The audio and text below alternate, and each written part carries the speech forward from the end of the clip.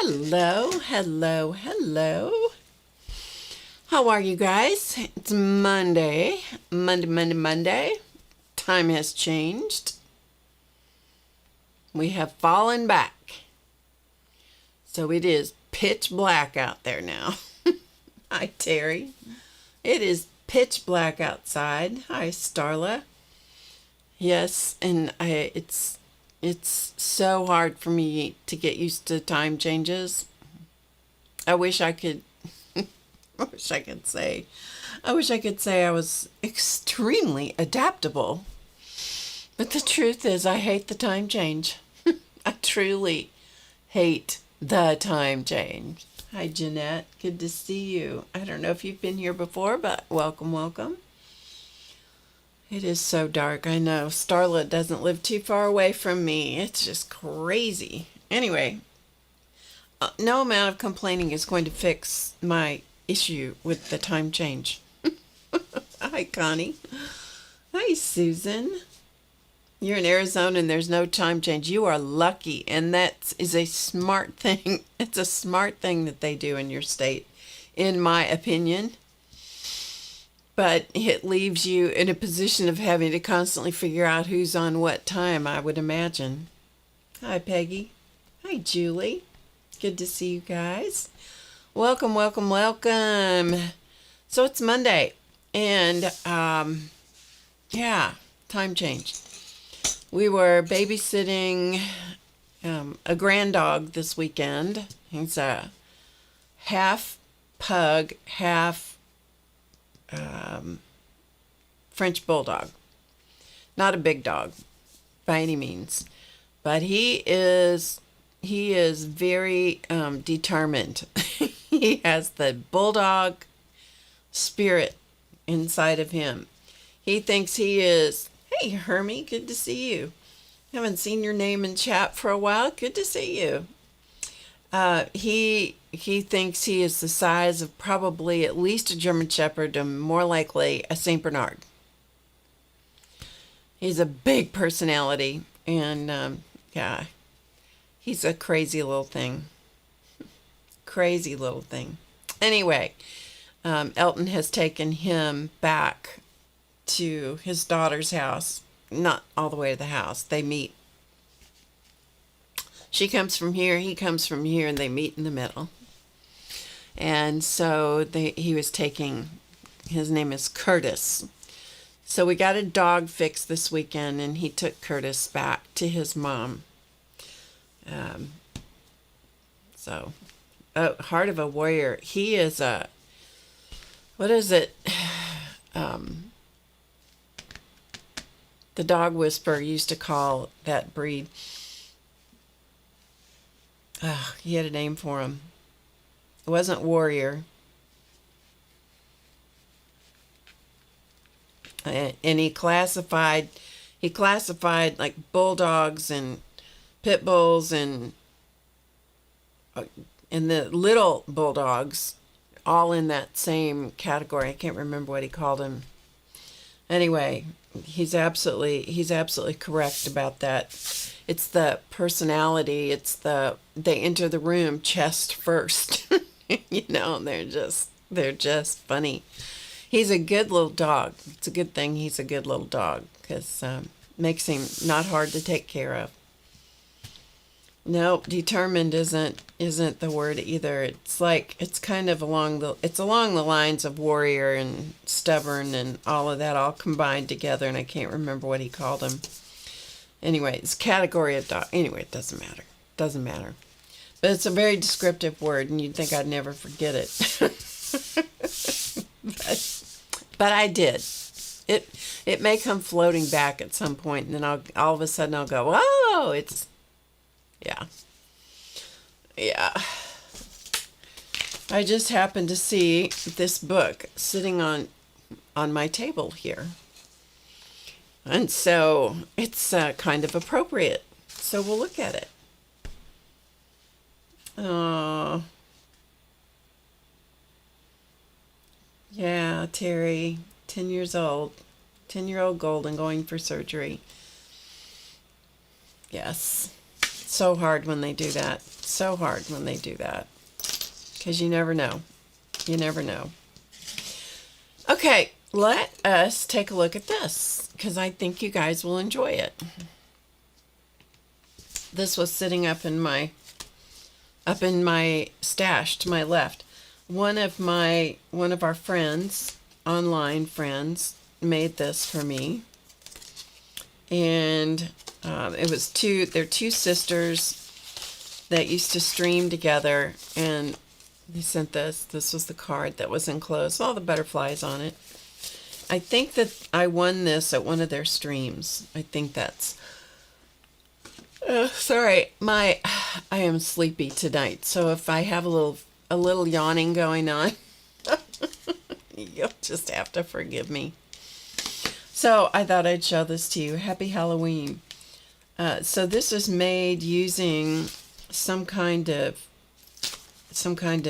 paper pack. I don't know. Some of you who are into the paper packs will probably recognize what it is. Hermie is saying, good morning. I'm not even sure where you are, Hermie, but I'm so glad you're here. So glad you're here. So anyway, I thought you might enjoy seeing this. It has silk flowers, paper. These are all pieces of paper that she cut out in little fake gems and stuff. And she put this little book together. Halloween. Oh, yes, and she did pictures. I forgot. She did pictures in this of the sponsors. So she did do this for me. So the little monsters. Yes. So there's Chance and there's Charlie. These are the sponsors. She called them monsters. And what's going on here is I'm organizing and cleaning my books and organizing them and going through things and they're helping because that's what they do. They help with things. So she took a lot of these pictures. These must have been pictures I put online. And so she took those pictures and made copies of them. It's one of the things about the internet. Anything you post, it is free game. But there they are. So this was a long time ago. So she did little pockets. I think she must have made the book and then put the pictures in before she sent it to me. But a lot of these are ephemera bits that were also a part of that paper collection, whatever it is. And oh, what a wonderful web we weave from the Netherlands. But Netherlands, that's right. And there's another picture. That's such a good picture of them. Is that the sweetest picture of them? Yeah, look at those. Look at those blue eyes. Queen of Halloween. Well, it should be King. And this is a puppy that my granddaughter, when she was in college, she was a puppy raiser. And she was part of I think it was Puppies with Purpose or Paws with Purpose. I can't remember exactly. Anyway, this was the day she brought this little golden retriever puppy who was like, I don't know, 10 or 12 weeks old when she got him. She had a co-raiser, and the puppy had to always be with one of them. If he wasn't with Christy, he had to be with the other puppy raiser. Oh my goodness, he was cute. She didn't do any training. She was purely responsible for socializing him. So he had to go every place she went. He went to all of the classes, all of her classes, went to any social event, any restaurant, anything. From the time he was in her possession, he started out with a puppy vest on, a service dog vest. And he was one of the only dogs that they raised in that program that did not fail out, and he became, as an adult dog, he became a service dog for a little girl who was, I don't know, she was 8 or 9 years old, and he became her service dog. She had mobility issues, and this guy grew up to be big and strong, and so she could hold on to his harness and stuff. It was a really neat story. But anyway, that was one of the pictures I know we posted. Enter if you dare. And here she is. This is my granddaughter, who is now a mommy of 2. So she's in college here, and here she is holding him. But he was such a sweetheart. So he spent quite a bit of time at our house. Yep, that is me quite a few years ago. This is Race. This was one of the things that I have done pretty much many Christmases. I'll say. Many Christmases I made sweet petals online, and we did them live on Christmas Eve. That's Sweet Petals. We're making them. And there's Clausman. There's Clausman with the Muppet. Yeah, that's back when she was a very healthy girl. And she loved Clausman. She was very much a man's dog. And when Clausman died, she turned all of her affection to Elton. When he started coming around and being part of my life, she immediately turned all of her affection onto him. So did any of you ever do Debbie? Hey, Debbie Boring. Debbie made the sweet petals. Did any of the rest of you do that? I know. Isn't this what a nice walk down memory lane. Oh, this is funny. This is Chance on my lap, and he's watching somebody stream. He loved to do that. He loved to sit on the table right in front of me or on my lap. He's in the roast chicken position like this, and he loved to watch. He loved watching the computer. He loved the cat channel on YouTube also. Oh, this is fun to look at. There he is with me. I don't know who took that picture. Oh, yes. And here he is. This is Chance drinking my coffee. So he would dip his paw down in the mug, scoop up some coffee, and then lick it out of his paw. He would do the same thing if I had smoothies. The day that I discovered that he was doing this is the day that I asked myself, I wonder how long he's been doing this, and I didn't know it. Oh, goodness. He loved coffee. Go figure. He was a crazy cat. Yeah. Let's see. And this is Sandy, and this is Muppet down here in the corner. We were at Starbucks. So this was my golden retriever that we had when Muppet came to live with us. We had Sandy, and they were pretty good buddies. They were pretty good friends. And we lost her. We got her when my mom was with us. That's when we got Sandy. She was about 4.5 months old when we got her. She and a litter mate had been abandoned along with the mother and father. They were found under a building and brought to Second Chance.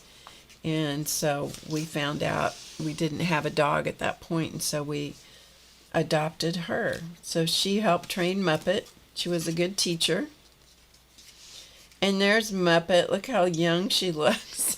You guys, look how young she looks. Look how black her muzzle was. Look how black her nose was. Yeah. She's laying on top of Clausman on the floor. She loved it when he would lay on the floor. And she thought that he was laying down there just for her. I don't think there's anything else on that one. And this was a sketch that I did in a class that I had done. This is a sketch of my grandmother that I did by looking at a picture of her, and so that was a sketch I did. So that was really neat that she included that. I never met my grandparents, and so that was one of the ways that I was, kind of connecting with her. Hey, Ruth.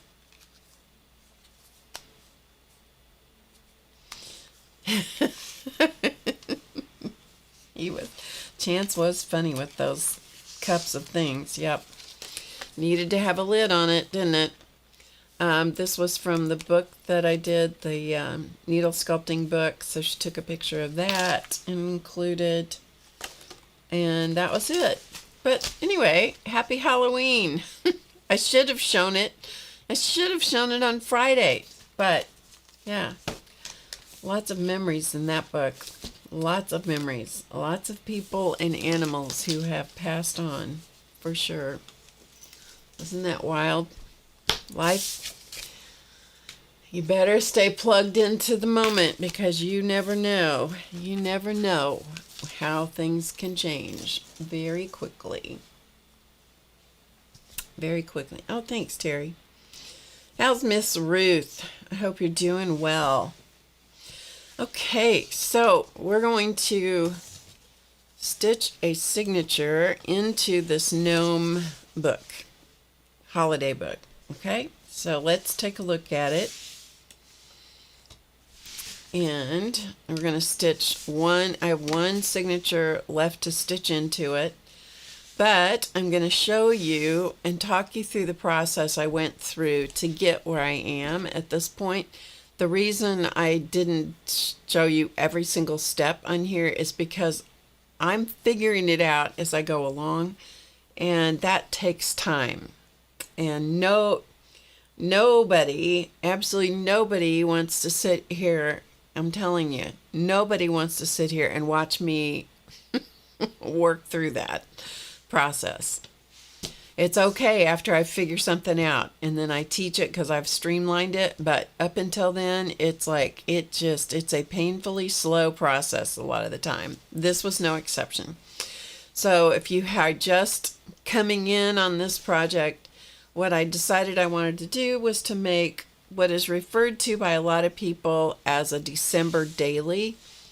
And except this is not starting in December, this is going to start at Thanksgiving. So it's going to go from Thanksgiving for me, which is, I don't know, the 27th or something. I don't know what it is, in November, all the way through to like the 3rd of January. So it's like about 40 days. Okay, so that's where we are. So we did this together. And there is a download of a sketch for this if you want this. It's in the description box below the video. Hey, Dana, good to see you. And then I made this cover on stream one night or one day. I don't know when it was because I've been working on this for a while. And then we worked on the pages. We did the pages for this last, I don't know, Friday, I think it was. And so I have all the signatures done and stitched in except for this one, which has a little gnome sketched on the front. There is a download of 6 gnomes and their sketches. You can download those. There's no charge. You don't have to do anything to get them. You can just go get them. They're in the description box below the video. So we'll come back to this in a minute. Okay, so here's what I did. When we left off at some point, this was like this. It was just a flat piece of cover material. Cotton fabric, top and bottom. They're just fabrics that I like that went together in my mind. This is a piece of fabric from a Tim Holtz. It's a strip out of a piece of Tim Holtz fabric that I stitched on to cover the join between this. The ground of this is a piece of drop cloth, and that's what this was made on, a piece of drop cloth. So it's canvas, okay? All right, so after that, so that you can kind of follow the process, follow the yellow brick road with what I did here is the signatures were done We did those on Friday. I showed you how I work with acrylic washes, and so we'll go through, I'll show you that a little bit because I finished these. So those were done and dry and set aside. So I have just this piece of canvas on this side that's got the decorative fabric for the cover on the other side. I took, and I showed you this a couple of weeks ago, I took a piece of hanging file folder, you know, the green hanging file folder, and I cut a piece that went on the front cover, a piece that went inside the back cover, and a piece for the spine. That's what this is. What hung me up on this, if there is such a terminology, is I wanted this piece of spine material, which is the hanging file folder. It was actually the middle of the hanging file folder. I wanted that. Let me see if I have, here it is. This is the one that was the reject. It's from the middle of the file folder, and it has those scored lines in it, which in a file folder situation will expand and allow papers to sit in it because they hang this way. And so it allows things to sit in there, and it doesn't try to make everything squish up into this little one fold. It will, because it's scored, it opens up and it allows for thickness for more of the pages and so forth. And so I wanted that to fit, to go in here, but it's like, I don't want this to show. Hey, Brenda. You put your papers together for your December? Good. Good. That's cool. I'm glad you did. But I couldn't figure out exactly what I wanted to do because I didn't want that to show. However, if you can kind of peek back here, you can kind of see the green back there. Okay. All right. So here's what I did. I decided what fabric I wanted to line my book, my cover. This is another Tim Holtz Eclectic Elements fabric. And so I took a piece of that after I had lined out my signatures and the holes and all that. This one's wrong, by the way. But I got it all lined up, and I poked the holes, so I knew where the holes were going to be, and I poked the holes through this, and then I put, so I could see the holes on the back side. See that? I could see the holes.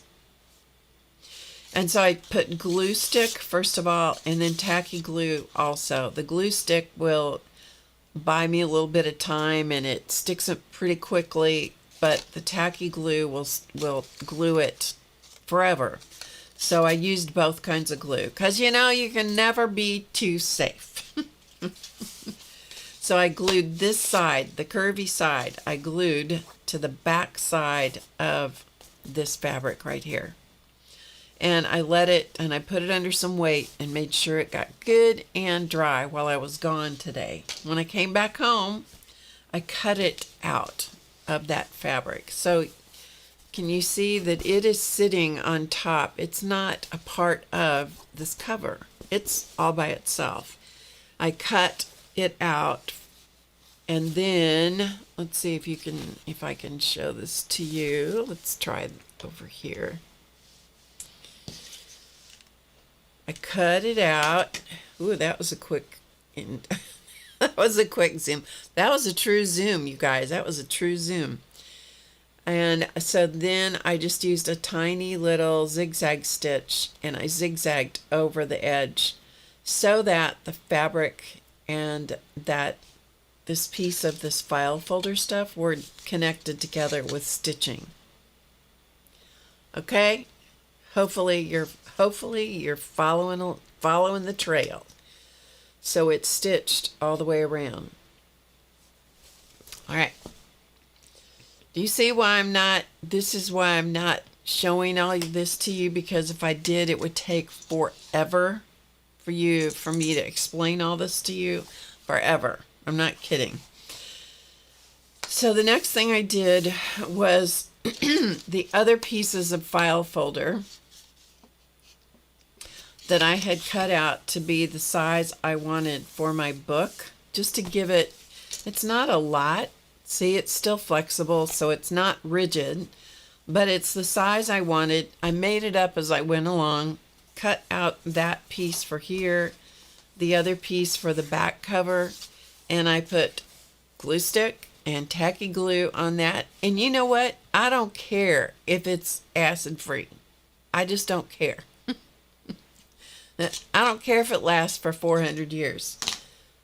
I'm 72 years old. I could kick the bucket at any point, you know? And so, and who's going to care about this journal? Maybe my son, maybe my granddaughter, maybe absolutely no one. I'm making this not for perpetuity. Is that the word? I'm making it because I want to make it. I want to make it just because I want to do it. I don't really care if it lasts. I don't care. Doesn't matter to me. So if the glue isn't acid free, I don't care. Big deal. I'm only doing it for me anyway. Okay. So I put put that glue stick and those and some tacky glue on it, and I laid that glue side down onto the back of the cover. So I put one here and I put the other one here. So glued them in place, left the width of my spine piece right here. I left that distance plus a teeny little bit more.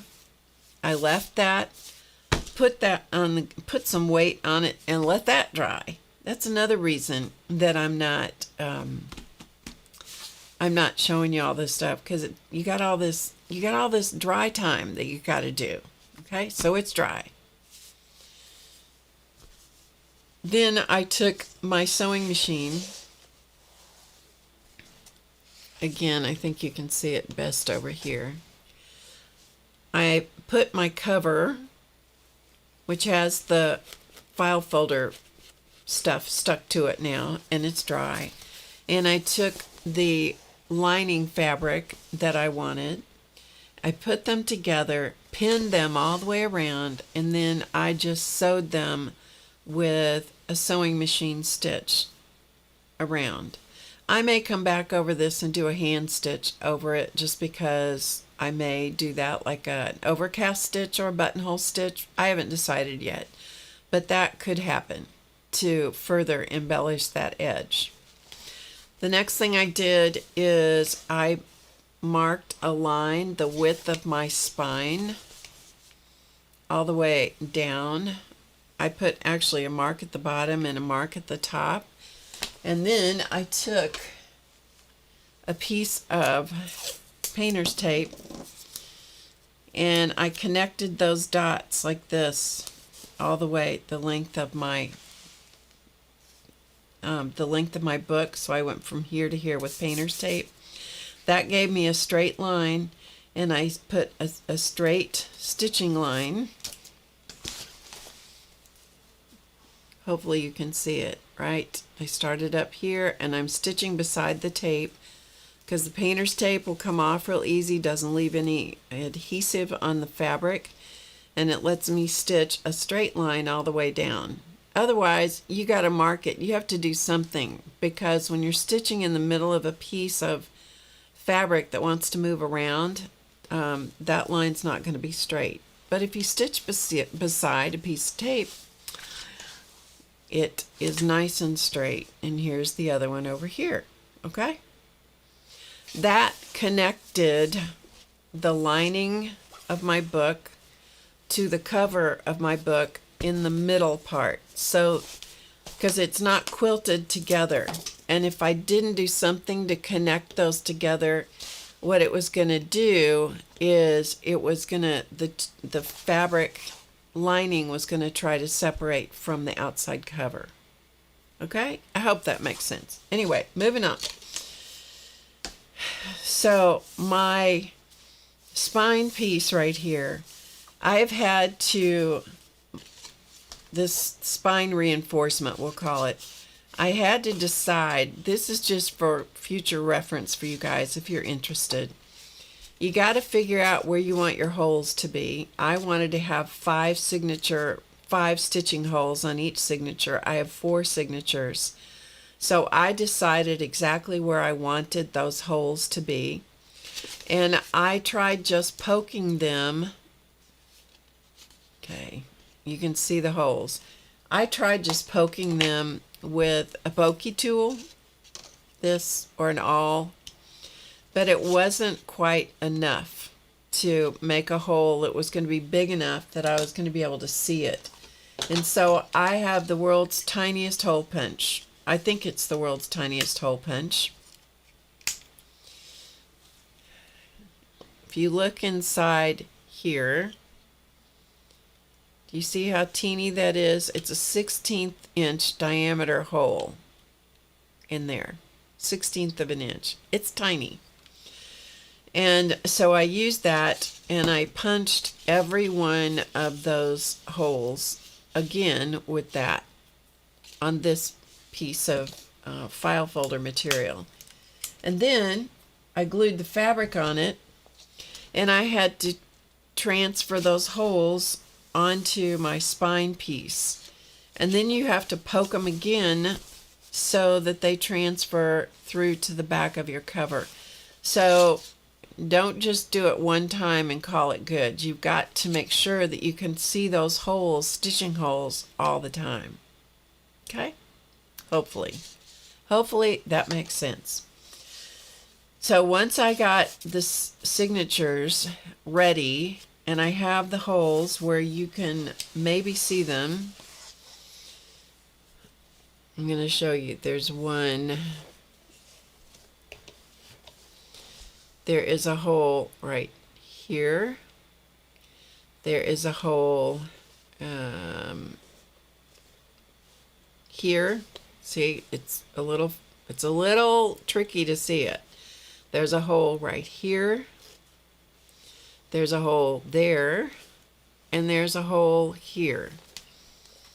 You know, maybe you can see them and maybe you don't.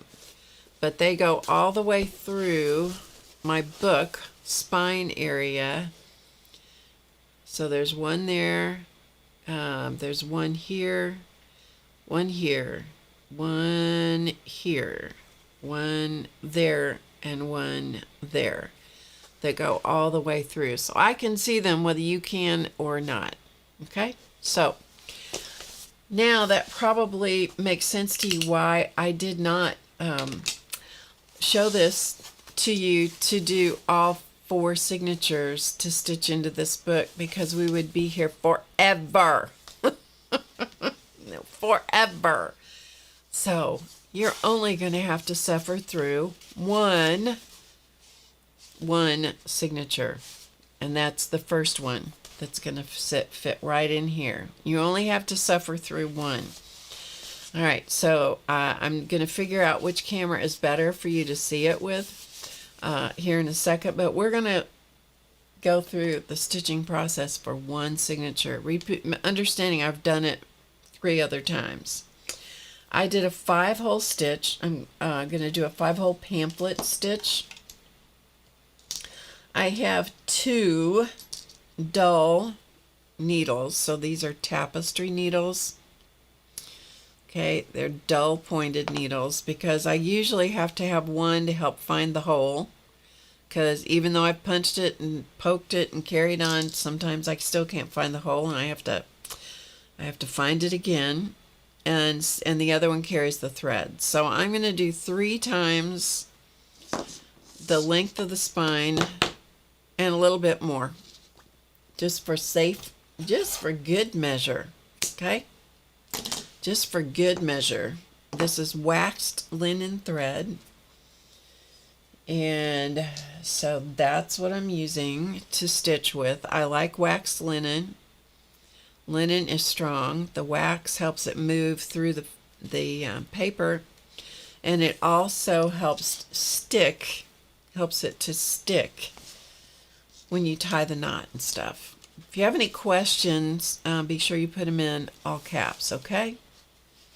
All right, now remember way back, if you were here in the beginning of this project, bound these signatures together temporarily with beading thread. And now I'm ready to take that beading thread out because I don't need it anymore. It's done its job. It let me maneuver these signature pages around and get the leading edge about even and that kind of stuff. And so now I'm ready to get rid of that temporary thread. It's done its job. But you'll notice that I have some clips on the pages. I have 2 at the top. I have 1 at the bottom. That's on purpose so that I know exactly where the top and the bottom of this particular signature is. Okay? So I've gotten rid of the quilting thread, or the beading thread. I have my needle threaded up, and so now we're going to see if the bookbinding powers of good are here to let us find all the holes and stitch this together. Okay, hole number 1, success. All right, now I'm going to open this up. I'm going to pull the thread through. When the tail gets close to the end here, you can see the tail. I'm going to stick it under this bottom clip and not pull too tight, because if I pull too tight, it'll still pull that out. Okay? All right, if this looks awkward to you, it's because it is. All right, so I have come through the center of the 5 holes. Okay, see the center of the 5 holes there. There's 1, 2, 3, 4, 5. Now, it doesn't matter if you go up 1 or you go down 1. You're going to end up filling all of the holes. It really doesn't matter. I'm just going to go up to the next hole above. I'm on the outside of my book. I'm going to find my hole here, and I can see it right there because I've poked it enough times that it should let me poke right through. We're going to find out. Oh, yes, thank you. Yeah, okay. You know, here's what you got to do. You got to be really nice to your tools, your supplies.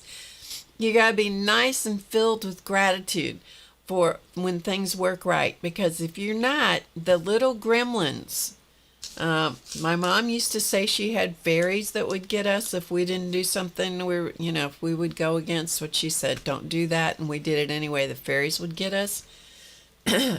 Those damn fairies, I'm telling you, they get you every single time. And so, do I believe in fairies? Well, my mom had some. I'm just really sure. So I just don't. I try not to anger the fairies and the muses and all that. And if there are none of those things, it's fun to pretend about anyway. Okay? All right.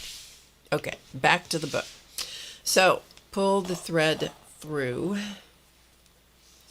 And I'm going to let that stitch kind of snug up. I don't care that it's super tight at this point, but it's kind of snugged up. So you have a thread stitch that has gone across right here. Okay? All right, come to the inside. And now we've got to go through the next signature, the next hole in the signature, which is right here. All right, now let's see. Oh, look at that. It went through. That's so nice. That's so nice. I appreciate that so much. Thank you so much. Thank you so much. Okay. So we have gone from the center out through the spine to the next hole, come back in, and through the middle of the signature. We're going to go up to the next hole. I'm sure there are all kinds of ways to do these kinds of stitches. This is the way that I do it. So I'm going to pull that thread all the way through from the inside to the outside of the signature. You can see the stitch in there. right there. And now I'm going to find the hole, the remaining hole in my spine of my book, which has been poked. Oh, it's so nice. It went right through. I didn't have this much success earlier today. This is being so nice. I'm so appreciative of this. Okay, so that's going to come through like so. Okay. All right, so let me review one more time in case this is confusing to anybody. I went from the inside through the signature, through the spine. I went across to the next hole. I went in through the spine and in through the book signature, right there to that hole, right there. Then I went across to the last remaining hole on that end, went out, and then went out through the spine. Are we all together? So far, so good. See, Peggy remembers the fairies.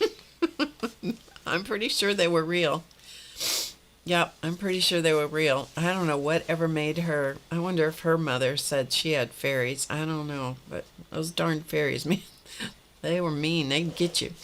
Okay, so I've tightened the thread. I'm not pulling like I'm trying to, win a rope pulling contest or anything. I'm just taking the tension out of the thread. And then I'm going to come back to this second hole that's the first one toward the top. This is the second one. I've already gone through this hole once. I'm going to go through it again. Here's where it gets a little tricky because we're coming back through that same hole. See it? See the needle right there? And we've got to, at the same time, come back through the signature. Oh, that I'm so grateful. It's working so nicely tonight. Hopefully it'll work through for the whole signature. Okay, that fills those two gaps. Okay, so we have one stitch and a second stitch on the outside. We have one stitch on the inside so far.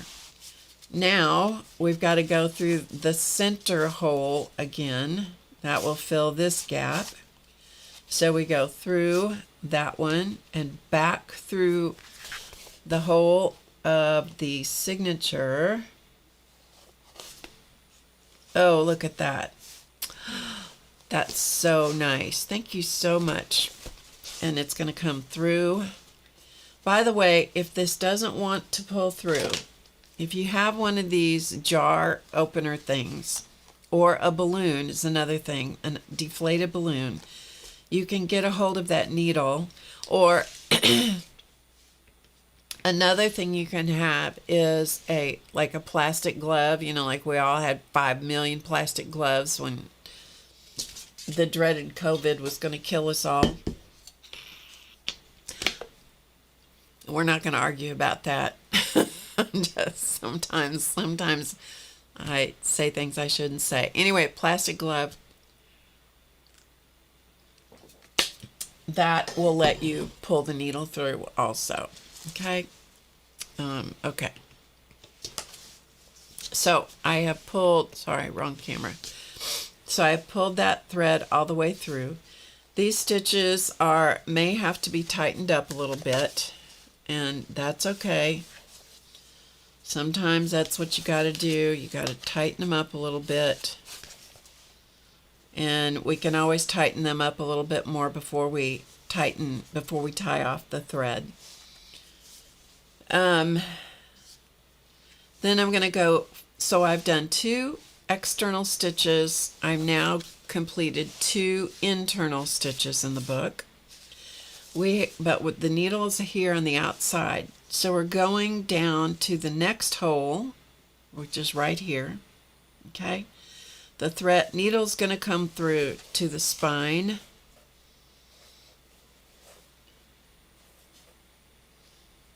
Okay, so it's coming through the hole in the spine piece, and it's going to go right in through the signature of the book.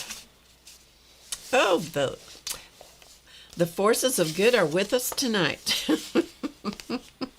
The The bookmaking fairy is being so nice to us tonight. So can you see now that's filled that stitch in? So we've got 1, 2, 3 stitches filled in. So far so good. Okay? So we're on the inside of the book. You see, inside the book. We're going to come down to the remaining hole, which is the last hole in this row. We're going to go through the signature. Okay, all of these holes have been pre-punched. All right, coming through that. And I'm going to come through the hole in the spine, all the way through to the outside of the spine. Here we go. So far, so good. All right, but we still have a gap right here. So the way that we fill that gap, and we have a gap here as well, outside on the book. So we're going to take this needle and we're going to come back into the hole, the second hole from the bottom, because every one of these inner holes are going to have 2, you got to go through it 2 times. So this is going to come through and come through the signature. Okay, so come through the signature. All right. And now we have on the outside of the spine, we have all the spaces filled with thread. So this is good. It looks, all those threads look the same coming across our spine. And we open up to this signature, and when you look at this, there is one gap left. When I take this clip off, there's one gap left and 2 tails. So this is what you do. First of all, put your needles away. I use a mint tin, and I've labeled it with my label maker so I know what those are. Alright, now is when you're going to need to tighten up any loose threads. You can always restitch this if at some point it loosens up, and I have had journals that loosened up over time, and I had to go back and restitch a signature, and that doesn't bother me at all. Okay? And now I was behaving, Ruth. I was being really good. I said all my prayers, and I did all the things, and I was nice to people today, and I smiled, and I did all the things, and yeah, I was really good today. It was a real stress, mind you. It was a real stress. Anyway, so now we're going to knot off these 2 thread ends. And I don't care that I'm going to waste some thread. Some people just freak out about wasting thread, you know, whether it's quilting thread, sewing machine thread, this kind of thread. That baffles me. I don't know why they worry about that, but, you know, it's like thread's not that expensive. Anyway, tie the ends. And I take the knot up close to a hole, put my finger on it. Because this is wax linen, it will help, the wax really helps to hold the knots and hold the threads together. I can make, nope, that was not good. I was going to say, oh, this is all working so well, and then I just make it look so radically awkward. I gotta find my pokey tool. So don't tighten it too tight, because you might have to pick out the knot, which I'm gonna have to see how loose this is. Yeah, not good. But that's what you do, trying to make it look easy and effortless. And I may have to do this later when I can get my nose down over it. We're going to find out. I'm going to do the best I can to unpick this knot. because I definitely do not want to have to restitch this. See, that's what happens when you get cocky. Yeah. You start getting a little too confident.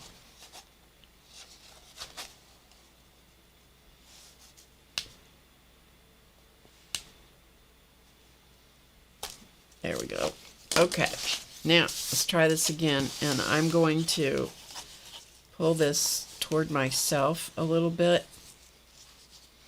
So if it looks too awkward to you guys, I'm sorry about that, but I got to get it where I can tie the knot, okay? All right, let's try this again.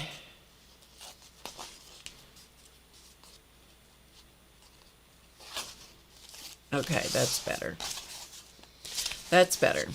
And then I usually tie it, tie at least one more knot. So 3 or 4 knots is what I usually do.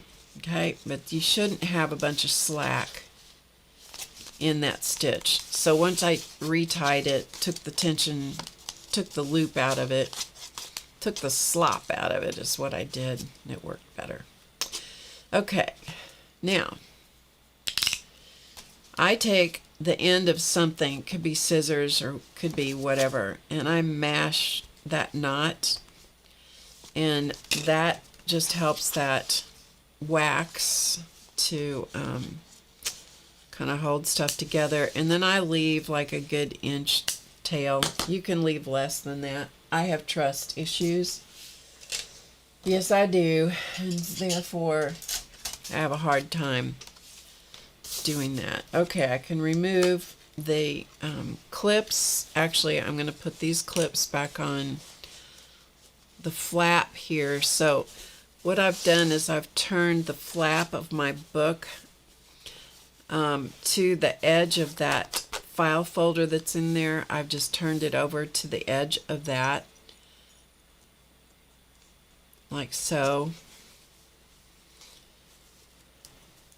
I really didn't know if I was going to have any flaps on this. I really didn't know what I was going to do. I decided today I would take advantage of those flaps, and so I will stitch those at the top and the bottom, and then that will let me have a flap here and a flap in the back, because I like to have a spot where I can just stick things in. Another thing you can do is make a short section and a long section by just stitching these together by hand, and then you got 2 sections, one there and one there. You can do whatever you want, but I find that if I have places where I can kind of stick things in the journal as I'm working on it, I find that handy to do. Hey Linda, good to see you. Okay, so this is now the stitched together journal. Okay, it has a spine. It's 2 inches in width back here, or close to that.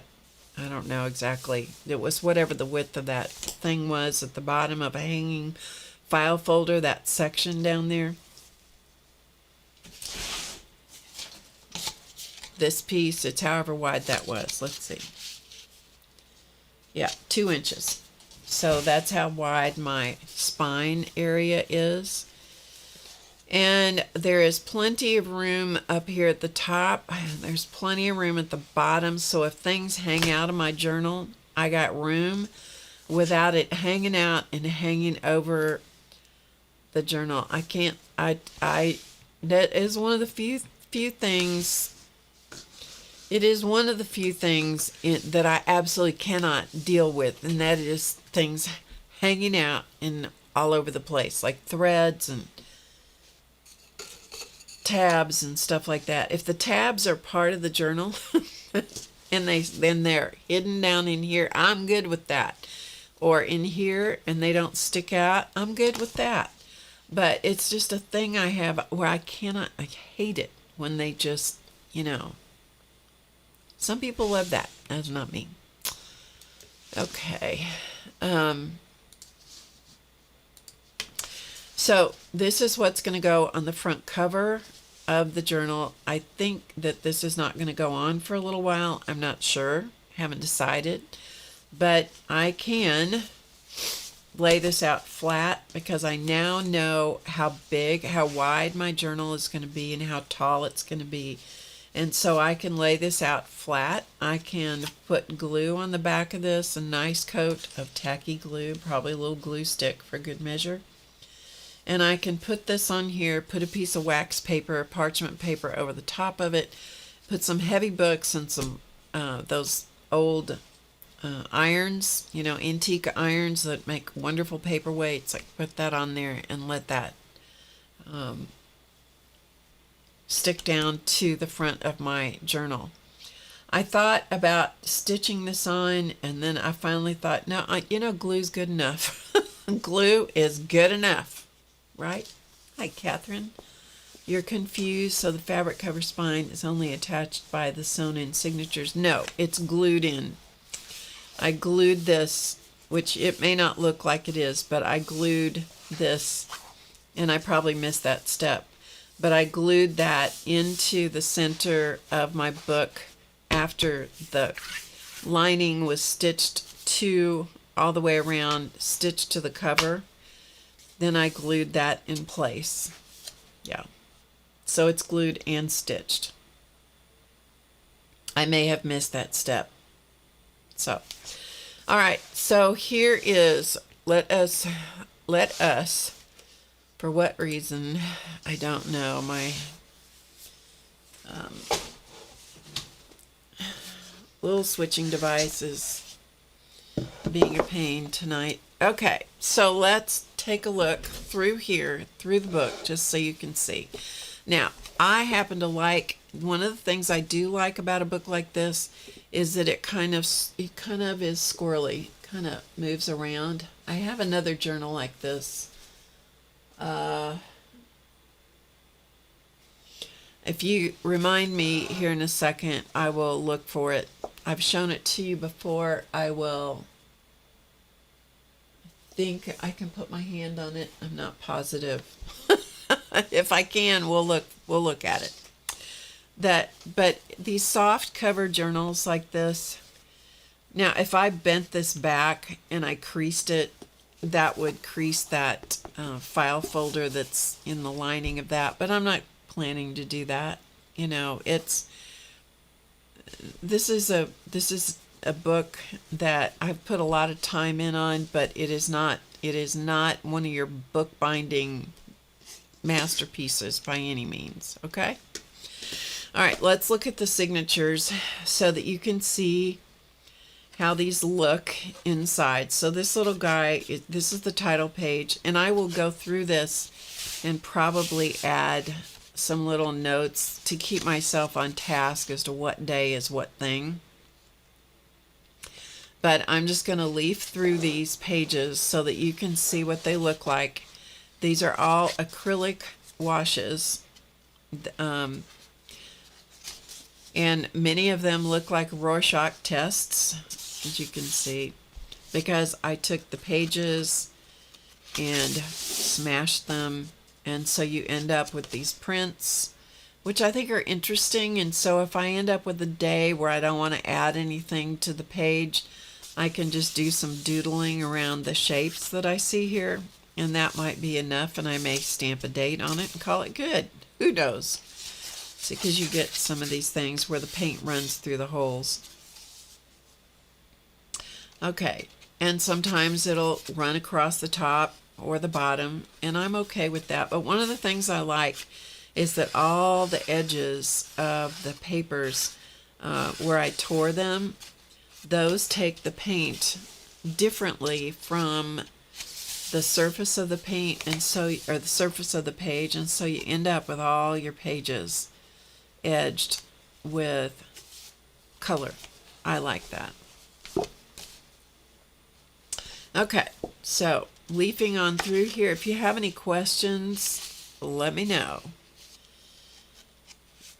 These were washes. Most of these were the ends of acrylic paint, little bitty bit of acrylic paint filled up with water, and I put a blue piece of tape around it so I know this is a wash. And some of the colors I used were the high flow acrylics. These are heavily pigmented, so it does not take more than a couple of drops, and you got a lot of pigment on your page. But I like the colors that I was getting from some of those. Okay, so there is the distance between one signature and to the next. If I want to bridge that, because I'm planning on having a 2-page spread for each day, so that means on some of them they're going to have to span from one signature to the next, and I'll have this fabric gutter in here. If I need to bridge that, I'll figure that out when I go. I'm not going to worry about it now. Just not. Okay, signature number 2. So this doesn't do too badly with this, even though they were painted at 2 different times. And you can tell that I did these in different settings because the styles are different, which you wouldn't think that they would be, but they are. I mean, this looks like a lady with a hat on. You get almost in a skirt and a mink stole with a little tiny waist and a very long neck. I mean, you could just do some fun stuff with the way they show up, you know. I love this page because it's so soft. I did use some metallic paints. There was gold and there was a red. Is this one? Yeah, so there was this one, which is festive red, but it's a metallic, and then a gold metallic. So there's some sparkle, but not every page has sparkle.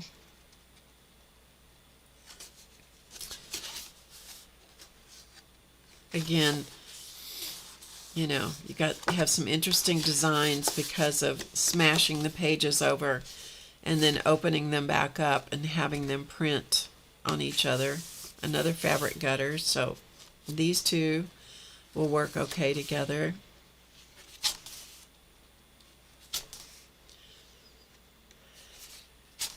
This one has a lot of the watercolor paper showing, and that's okay because I intend to use things like text paper. This was at our Sunday school yesterday. I snagged a couple of these that were napkins that they had, because somebody always brings treats to the Sunday school class, and so I will take some of those apart and use those back here in the beginning because Thanksgiving is going to be where I'm going to start, and so I will put some of those in probably the first several pages. I will decorate with these because I got those, and I may have some more Thanksgiving napkins and tissue paper and stuff. I'm not sure, but be on the lookout for things like that because you can use that kind of stuff in a journal like this. So some of these are really soft. Some of them have a lot of color. This is a very soft one. One of the other things that was kind of fun about this is where I used the beading thread to temporarily hold the signatures together. In some of those, I think maybe the first one was one of those. Let's see. You see these marks right here? That's from the ends of the thread, and on some of them there were actually little prints from the ends of the thread. Here's one. See that? Right there? That's from the beading thread, which printed on the signature. So you get some unexpected surprises on things like that when you're making it up as you go along. Even though I was kind of trying to pre-plan it, I was really letting it kind of show up in the world. That's a lot of color on there. That's a high flow. A little too much paint there. That'll have to be mellowed with some text paper or something. Who knows? That's a good, I like that background. This one, kind of another one of those girls with a hat, you know. figure with a hat. There's that one. I love the softness of some of these pages, but I like the intensity of others also. Like that. That, for example, is very intense. So is that one. The two sides of this watercolor paper, this is B paper, B-E-E paper. Walmart carries the B paper at this point. You never know how long somebody's going to carry anything. But they're carrying the B paper. It's not a super high grade watercolor paper, but the two sides of watercolor paper, there's a good side and a not so good side, so they'll take the pigment differently. There's another one. This one could look like a fountain. I mean, you can see all kinds of things in these pages. I love the background though. And then there's the end of it. There's the last page. And then that's that. And I don't have any plans at this point for how I'm going to make this journal stay together, like ribbons or, you know, whatever. I don't have any plans for that. I'll figure that out later. I really don't need to figure that out at this point. Let me show you another journal that's similar to that. So this journal is similar, and then I have another one that I'll show you also, if I can put my hand on it. This is a big one. See, that's the size. This journal is, let's see, I will not tell you the wrong thing. It ended up to be 6 1/4 by 9 1/2. Okay. This one is 9 across by 12. And this one was done in a similar fashion. This has plastic file folder or something in here. This is upholstery fabric that I used in there. This one, this is a piece of plastic. Clear, it's a kind of a frosted plastic. So I did not put any fabric on that, and I don't think I glued it. I may have put some glue on it to hold it in there temporarily. But basically that is being held together with all of these stitch lines, which are the signatures in this book. There's a lot of signatures in that one. Let's count. 1, 2, 3, 4, 5, 6, 7, 8, 9, 10, 11 signatures in that book. Hi, Dorothy. Thank you all for being here. I know with the time change, sometimes it kind of messes things up, doesn't it? This is Canson Mixed Media. Canson Mixed Media paper. Again, with a 5-hole pamphlet stitch. So this was done exactly the same stitch method as the other one. But what is reinforcing the spine was a piece of plastic that I think was left over from something. I don't know what. But by stitching through it, that's what's reinforced the cover and also given the journal a little bit of integrity. And yet it's still, you know, it's still kind of floppy. These are die cuts with denim. Die cut and embossed, and some of them, this had some paint rubbed on it, but those were Ranger butterfly dies. These also had embossing folders with them, and so you get that pattern by running it through the die cutting machine with the embossing folder, and that's how that works. Anyway, so there's that. So that's a similar kind of journal, but it's just an art journal. So I'll leaf through it real quickly. It's a Mary Engelbright art. These are not pages I'm just joyously proud of. But they're okay, you know. Some of them are just places where I've just glued in scraps. That's what this is. And this. This page, these are paste papers, I think. A lot of this is just scrap stuff. Oh, and then there is, of course, a family album, because that's what you have to do. Every journal I have has to have a family gallery. This is taking two people. I think we did this on stream. Taking two people from a magazine that are the same height and putting them together. And, you know, that's as far as I got with that. This is, this was my son's puppy when she's now 4. And so I was going to collage her on this page. And that's as far as we got. Because sometimes that's, as you know, I get so far and then I stop. This is an image I absolutely love of the brain done with wires.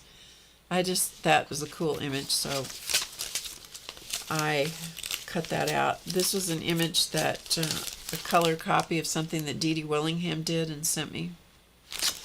So I put it in here because having this great big journal is a good place to put big stuff, but I haven't done a whole lot in this journal.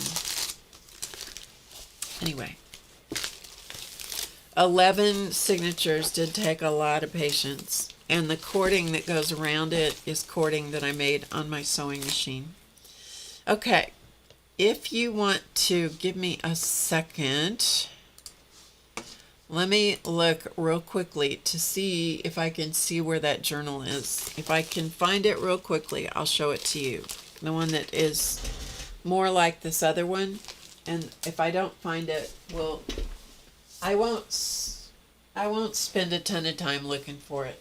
But give me just a second.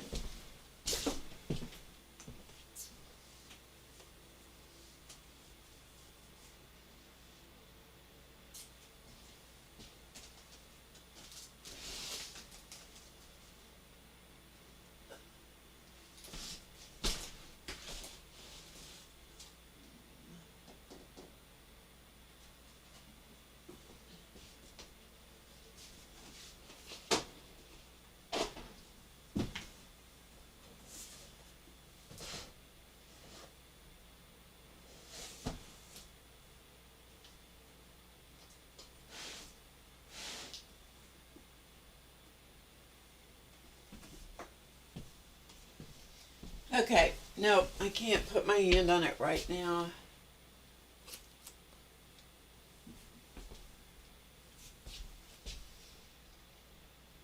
Look, Beckett, where did you come from? Holy cow. I don't know. Alright, I gotta put... Do you want to see the new cat? I don't know where he came from. Come here.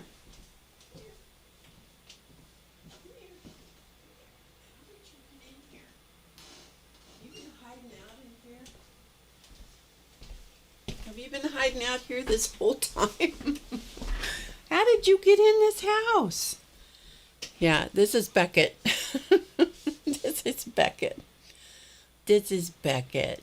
Yes. He has a brother named Socks, and I don't know how Beckett got in here. He is one of the 2 cats that the neighbors abandoned. He is beautiful. And he is long-haired. And he loves to go out and roam around in the stick tights. So every time he comes in the house, he has to get combed. But he does pretty well.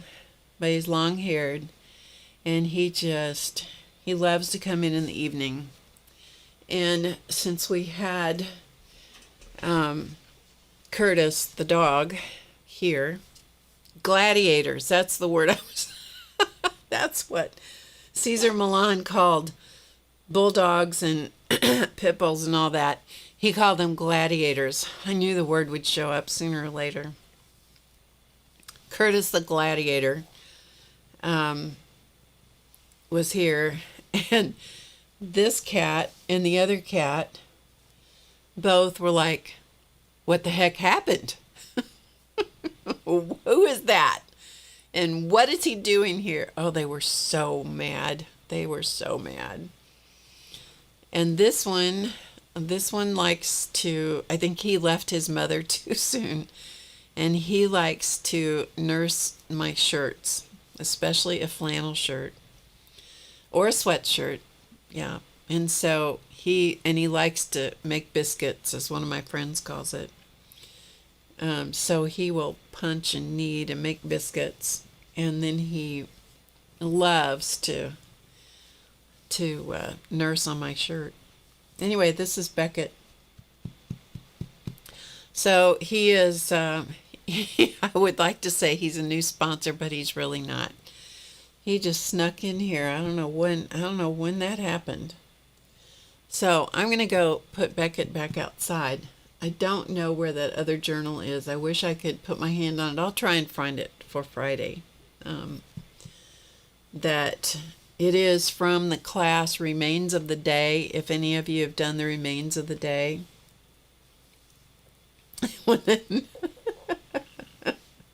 One that nursed the corners of your pillows.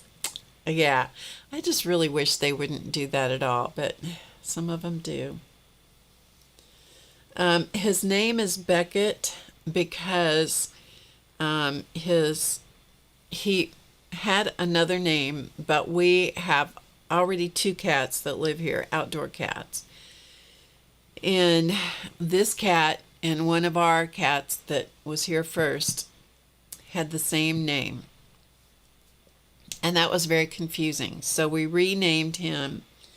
And so he has a name, and he also drools. He also drools a whole lot. And so we renamed him, and he got the name Beckett for some people that we know. Yeah, he really was taken from his mommy too soon. See, there he goes. He's trying to find a spot. But he's a very sweet boy, and the other cat, whose name is Socks, if he's outside, I'll let him come in. I'll show him to you. But I'm going to put this one back out because I don't know when he came in. He snuck in. They're good at that. So, all right, let me see if I can find Socks, and I'll put this one back out. I'll be right back.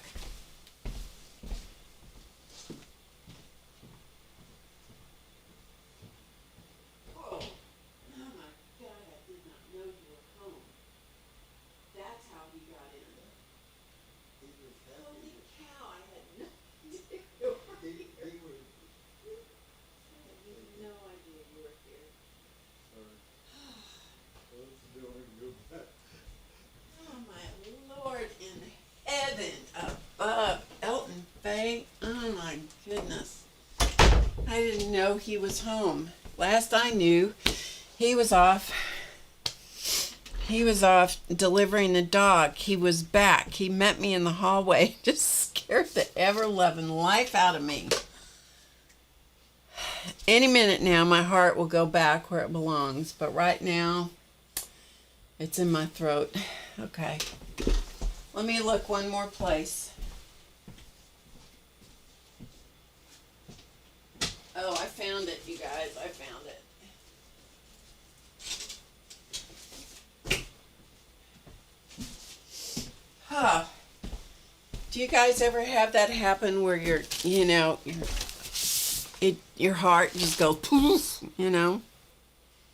I had no idea he was home. None. Oh my goodness. I don't know if I'll ever be the same after that. He owes me big. He does. He owes me big. Okay. I know I've shown this journal quite a few times, but we're going to look at it just one more time because this is similar. The cover is on the order of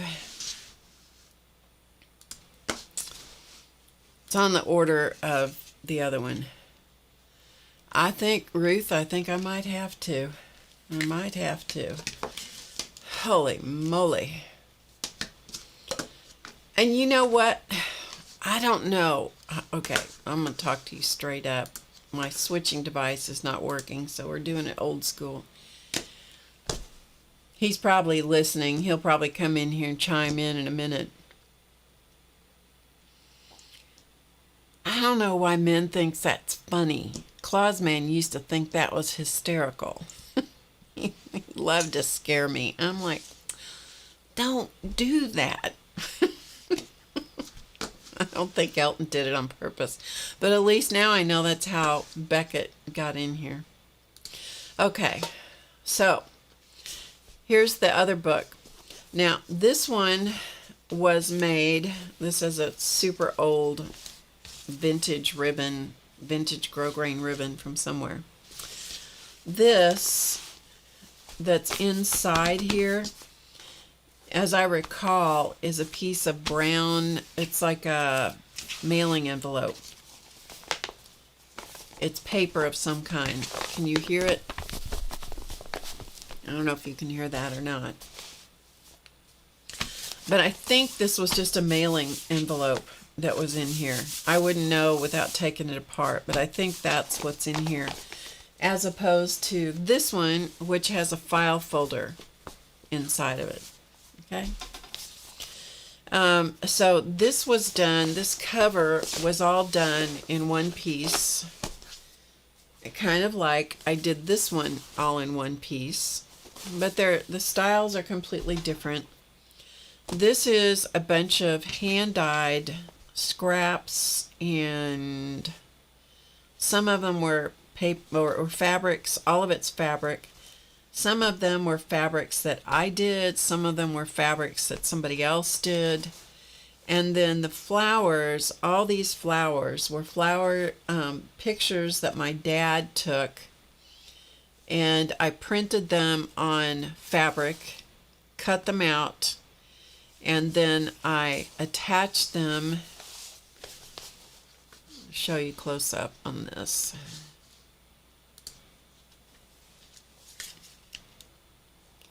So these were attached with a free motion zigzag stitch. Let's see if I can get closer. So this is a free motion zigzag to blend. I was just blending the petals into the background. How do you print on fabric? You buy, it's called printer fabric, and I would show it to you, except it is in my stuff that has yet to find a home. So you actually print on it with an inkjet printer, which is what I used to have.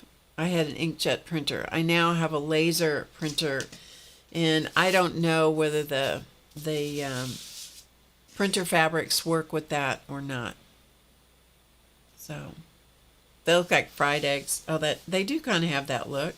They do look a little fried egg-ish. But the roses don't. The roses don't look like fried eggs. But those are peonies, and yeah, they do. They do. So you run them through your printer, your inkjet printer. They have a paper that's backed. The fabric is temporarily stuck to the paper, and once you take that out of the printer, then you follow the instructions on whatever your fabric is. Some of it tells you to soak it in water. Sometimes they tell you to use an iron on it. But you go by the instructions for that particular printer fabric.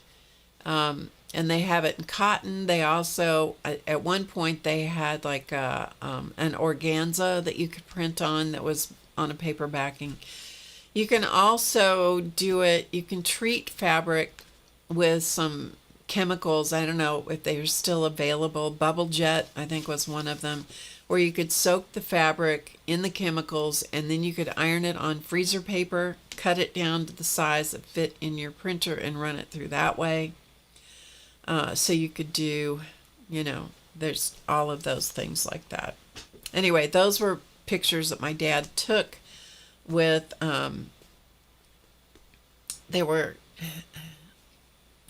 these were color slides, I think, that I'm trying to remember. I don't know if they were color slides that I somehow downloaded into my computer. I don't remember. It's been too long. I've slept since then.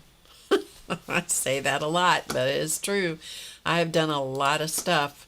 When I was going through organizing stuff here,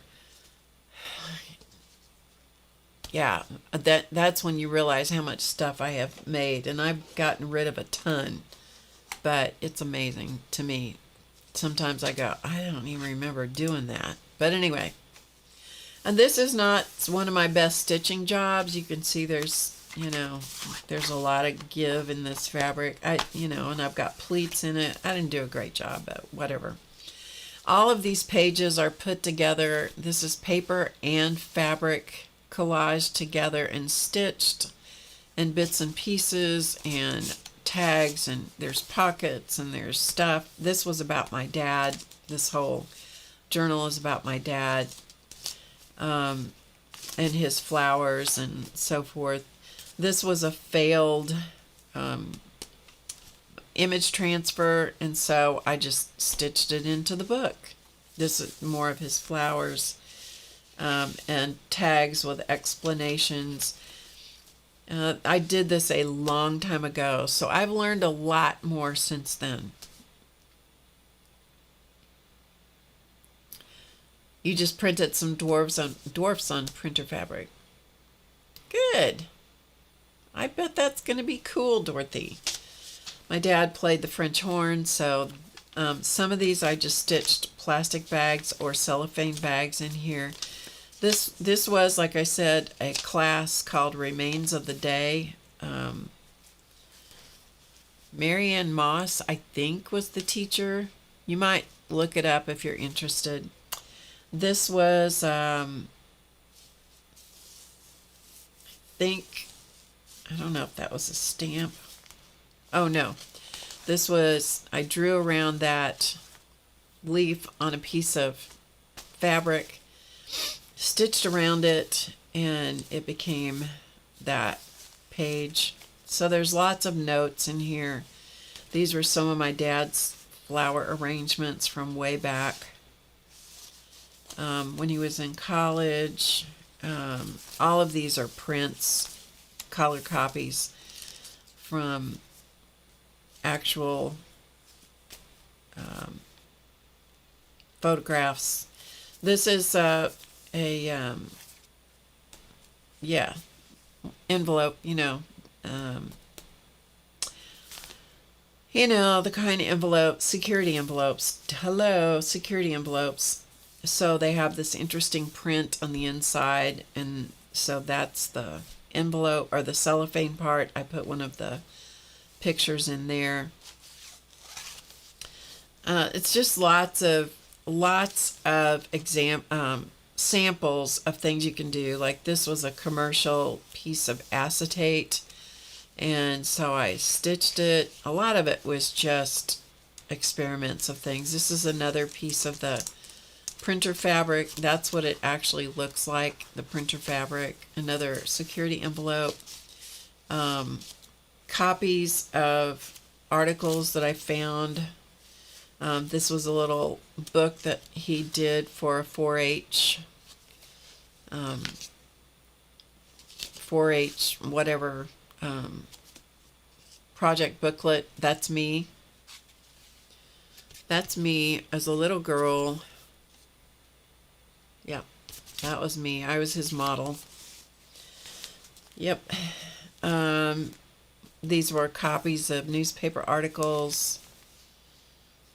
This is, a lot of these were, there's a lot of repeats of things in here.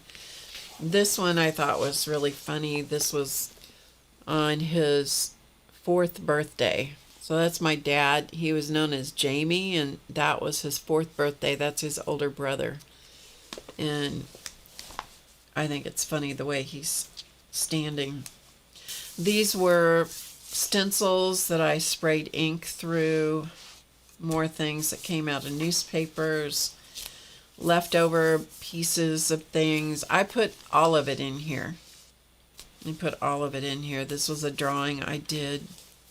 This is me as a little tiny girl with a flower headband.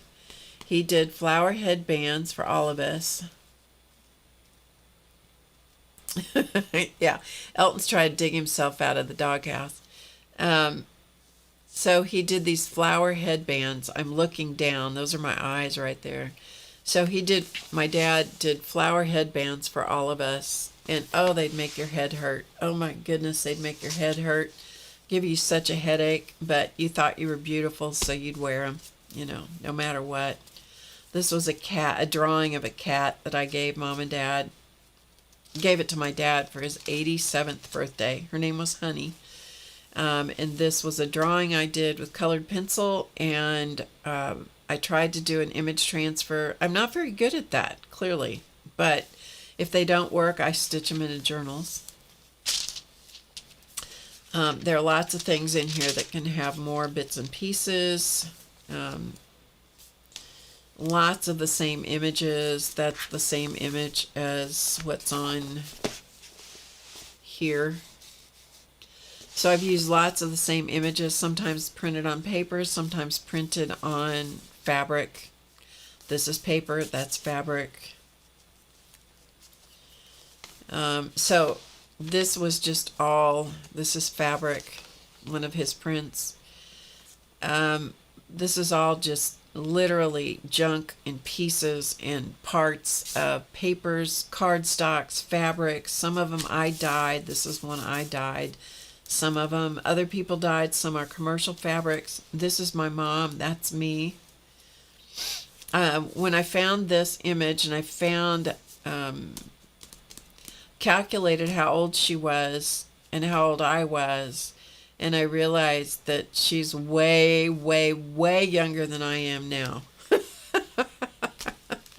Kind of took my breath away. More of the roses printed on fabric, that's on paper. So I made notes about things as I went through. Used lots of envelopes from the security envelopes patterns, and this was fabric that I sprayed or did mark making on this, and so I used the security envelope to act like a window, so it would call attention to whatever I wanted to call attention to. This is a skeleton leaf. I don't know why. This is another one of his flower arrangements. This was printed on fabric, and so I stitched it in to make a pocket. Oh, this was a book he wrote, and I had no idea that he'd written a book. I took pictures of it, shrank it down, and I don't know what he was doing with this book. If he was trying to get it printed, I don't really know what it was about. But anyway, I was his model, and I have on my bathrobe, so I don't know what that was about. But anyway, I shrank all the images down and made them into a copy of the book. I had no idea that he'd written a book. I don't think it was ever printed, but I really don't know. That's another skeleton leaf. Some scraps of paper. Same thing here where I stenciled leaves on and stitched, and I don't know. Another one of his flower arrangements. More flower arrangements. These were mules with pulling a flower vase. Those are mules. This is another one of those acetate things. Another security envelope showcasing one of the flowers, one of the fried egg flowers. I just used a lot of, there's many repeats in this book. This is in here for a specific reason. I cut this out of a coffee sleeve, and this image came from a magazine. And when I was a little girl, I don't remember how old, but I was in grade school, and my dad brought home, because he was a professor at the university in the agriculture department. He specifically taught floriculture, which is all things to do with flowers. And I don't know what possessed him to do this, but he brought home this pot. And so I made this pot out of a coffee sleeve. And he brought it, and he'd planted something in it, and I was to take care of it and watch it. And then I was to guess what it was when it came up. And it came up, the thing came up, and it wasn't this big, of course, but it came up like that. And so I found this image, and I thought, well, put that in there. This was the rest of that. Anyway, I need to write the story about it at some point. This is another skeleton leaf. And so I watched it and watched it and watched it. And the thing came up, and these are some of his tulips. And and I had the best time. I had the best time watching this plant come up, right? And then when it finally came up high enough, big enough that it started making leaves, there were big leaves. And I'm just like, and he's like, well, he said, what is it? What is it? And I said, I don't know. I don't know what it is. And finally I gave up, and I said, you'll have to tell me what it is. And so he said, well, it's a castor bean. Well, that didn't mean anything to me. It meant absolutely nothing to me. I had no idea what a castor bean was. I had no idea what anything was.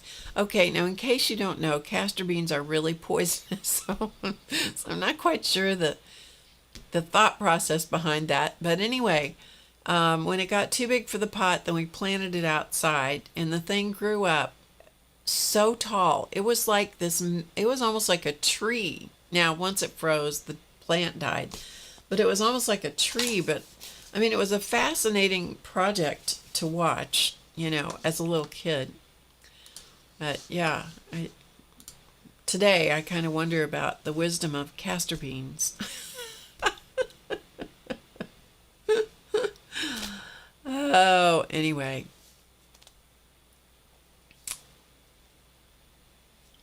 I see what he said.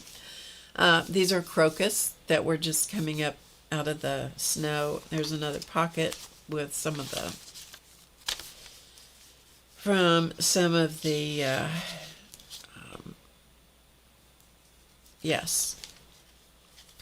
printed fabric I just made pockets out of.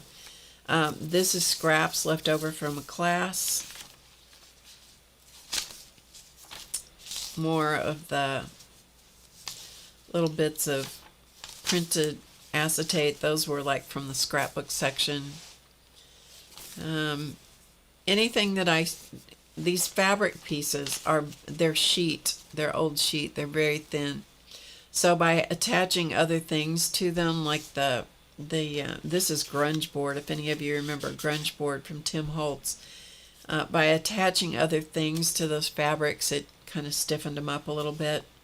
And I played with putting some of the same images that I printed on printer fabric with acetate over the top of them, so playing with transparencies and all of that. And some of the images were really bad, like this one.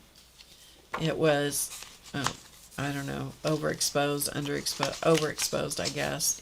Anyway, the camera wasn't set right for that. And I still printed them out because I still found the colors interesting. And there's the mules again. I found the colors interesting, and so I used them anyway. Now, my dad, was a terrible punster. And so he would have found this funny. Visions of the end. And then these are Janet M. Young should be here. because she did a whole thing for Inktober. Everything she did, she drew a butt on it. Didn't make any difference what it was. She drew a butt on it. She called her whole project Stinktober. So these are, I don't know, llamas or something with their butts. And so this would have been my dad, Visions of the End. And then I put this other piece of fabric over it and went cut. So that was the end. Anyway, and so that's that. That is what that book became. And I stitched, it had 2 signatures, and I stitched them in with kitchen string. 2 signatures, okay? I will show you where the first signature is.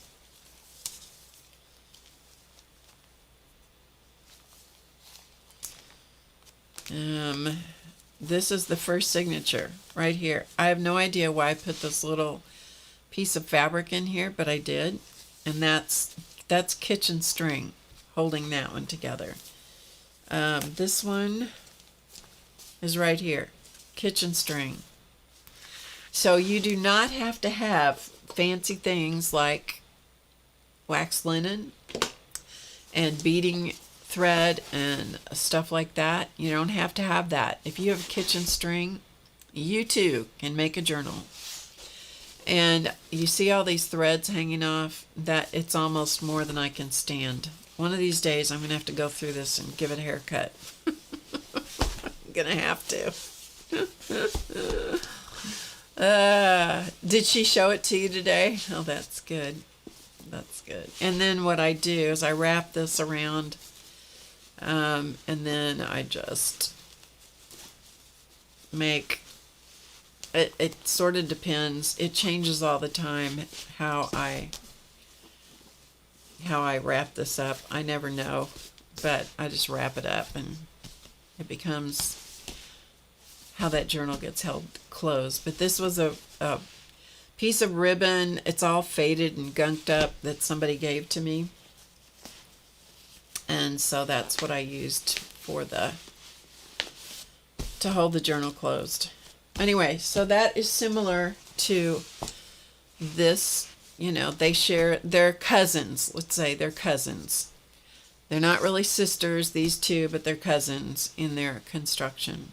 So anyway, that's that. Okay, so any questions from anybody? Questions. Let me come back over here. Questions about anything? I don't see anything. So, you know what? I'm going to take off for tonight. And I'll be back on... Yes, I will be back Friday. I was going to say, I think I'll be back Friday, but I will be here Friday. So, I will be back then. Okay. Thanks for hanging out with me. I'm glad you appreciated... some ideas. So what we'll do on Friday is we will start painting gnomes. I thought I might do that tonight, but honestly, I don't have it in me to do it tonight. We'll paint some gnomes and do some page decoration and some stuff like that, and you know, just do some stuff in this journal just to decorate it a little bit. And that's that. Okay. All right, I'm going to put my Thanksgiving napkins here with my journals, so I will remember to use those. Thank you all for being here. I'll be back on Friday at 2 p.m. Eastern, and the time has changed here, so do the math, and I will see you then. So until then, as always, do something nice for somebody else. Enjoy your day. Make it a good day. Make it a good day for yourself and for somebody else. How about that? And I will see you before you know it. Remember to get creative today, because, you know, it's easy. I'll see you next time. Bye for now.